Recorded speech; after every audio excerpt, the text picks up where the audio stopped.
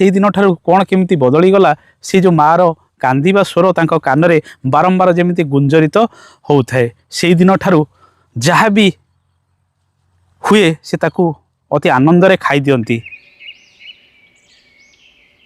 नमस्कार, जय जगन्नाथ। पुणी एक नूतन अध्याय जीवन में सबुदिन जमी समस्ते परिश्रम कर चली अलसुआ व्यक्ति सब दुख पाए।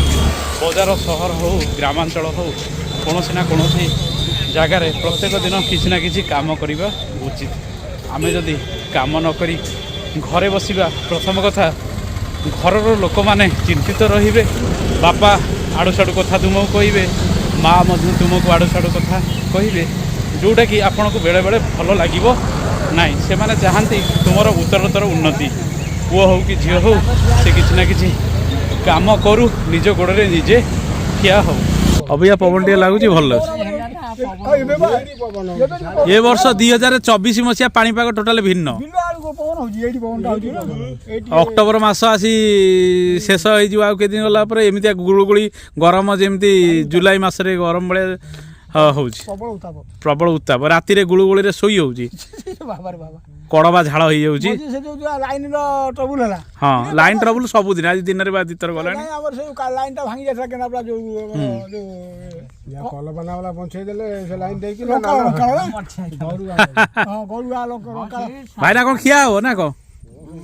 हां गरम होउची आ अपेक्षा करो आ 20 वर्ष ट्यूबवेल हाथ गोड़ धोई दिया धोई दे भले कि न नगी जा भले कि धोई ये खिया पिया हबो कोबी लागुची ना को कोबी लागिवो एबे कोन खुसा ये होतला ना मंदा पड़ला नगे अच्छा एबे गोटा जिनिस देखो माने मजूरी बढ़ी सत कथा मुझे बस नना तुम बस मजूरी बढ़ी किंतु माने काम समय कमी ना नहीं ना लोक अधिक समय काम कर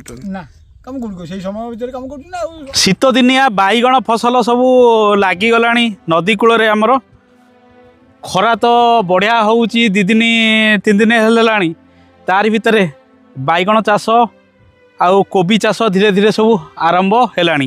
टमाटर चाष आमर एपटे बहुत हुए। झुड़ंग विभिन्न प्रकार शीत दिनिया फसल नवेम्बर डिसेम्बर मास आड़ को बहुत परिमाण में बाहर। नवेम्बर डिसेम्बर मास आड़ को आम जो देखा एपटर खेत गुड़िक अति सुंदर लगे। सोरिष फूल हो चाषबास चली तारी भितर आपड़ जो आसी बुलिबे सकाल सकाल टिके काकर पड़ी अति सुंदर लगे। ए बैगण ये 2-3 दिन भितर सब लगिगला अल्प अल्प पानी सब दिखाई।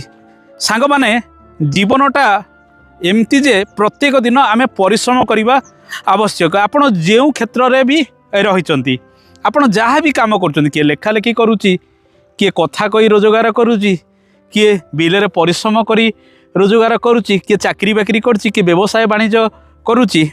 भगवान जहाँ को जेमिति कला देइचंती से तार निज कला को लेकिन तार रोजगार प्रत्येक दिन करुच्ची। हाथर स्थिति को देखी मुंडर स्थिति को देखी प्रत्येक व्यक्ति कार्यक्षेत्र में सफल विफल होता। सांग माने दिनकर कथा जड़े अहंकारी राजा थिले गोटे राज्य रे से तांकर पात्र मंत्री राणी सहित रहुतिले।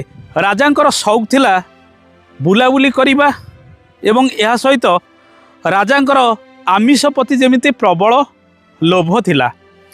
प्रत्येक दिन जदि आमिष न होउतिला बार अबार राजा किछि मानु नथिले, से खाद्य खाउ नथिले। कोनोसी कारणवशतरु दिने तांकर पात्र मंत्री बा जो माने रोषेई करती से दिन आइंष करि पारि नथिले। राजा को परसा जाइथिबा खाद्य राजा को रुचि नथिला। राजा से भात थालीटा को फोपाड़ी देइथिले। तापरे तांकर पात्र मंत्री को डाकी रागी करी विभिन्न कथा कहिथिले एवं कहिले तुरंत चलो जीवा जंगल भितर को किछि शिकार करी हरिण जहाँ भी किछि मारी करी आनिले आमे ताकू रोषेई करी खाइबा। आज दिनटा मते भल लागुनी, केमती कौन अबागिया लगुच। सेठू सी तांको पात्र मंत्री को नहीं जंगल अभिमुखे गले। किछि बाट गला परे राजा को भारी शोष होइछि। जंगल भितर गोटे झरणाटीए रही से झरणारू मंत्री जाई पानी नहीं करी आसिले सेनापति राजा को जगिले कारण जंगल भितर बहुत बाघ भालू मध्य थिले। एमाने 3 गोटी घोड़ा सवारी रे जाइथांती किछि अल्प सैन्य जाइथांती। मंत्री जाइचंती पानी आनिया पई झरणा पाखकू पानी आणुचंती गोटे छोटिया कलसी रे हठात गोटे शब्द शुणिले जड़े माँ कांदुथिबार से शुणिले पानी नहीं करी आसिले राजा ढकढक करी पानी पिउचंती। एई समय दूरु पवन रे जेमिति से कांदिबार आभासटा शुणागला। राजा मध्य से कांदर आभासटे शुणिले।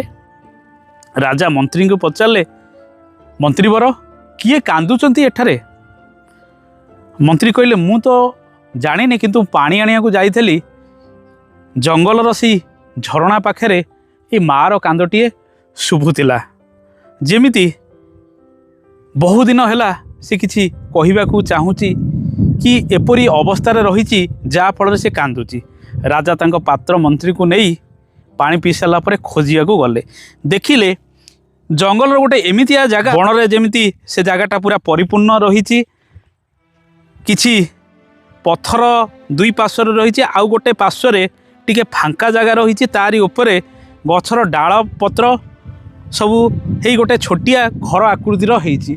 से घर भितर 2 जण लोक रहुचंती गोटे माँ आउ तार पुओ। पुओटी रोग शज्यारे पीड़ित होई जेमिति ता भितर रही एवं माटी तार बहुत जोर कांदुची कहीं ता पिलाटी 2-3 दिन है किसी आहार पाई ना बा किसी खाई ना।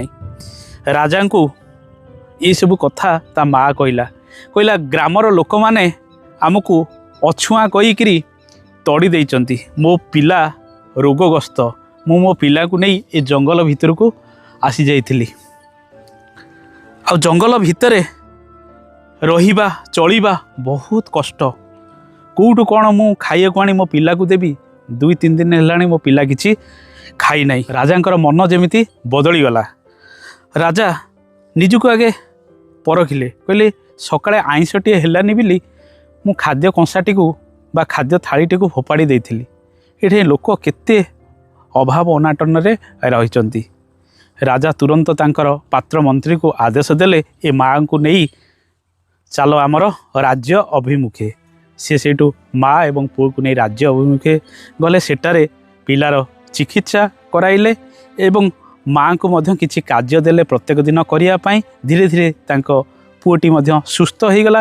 राजांकर मन से दिन ठारू कौन केमिति बदली गला। से जो मार कांदिबा स्वर तांको कानरे बारंबार जेमिति गुंजरित होउथाए से दिन ठारू जहा भी हुए से ताकू अति आनंद रे खाई दियंती।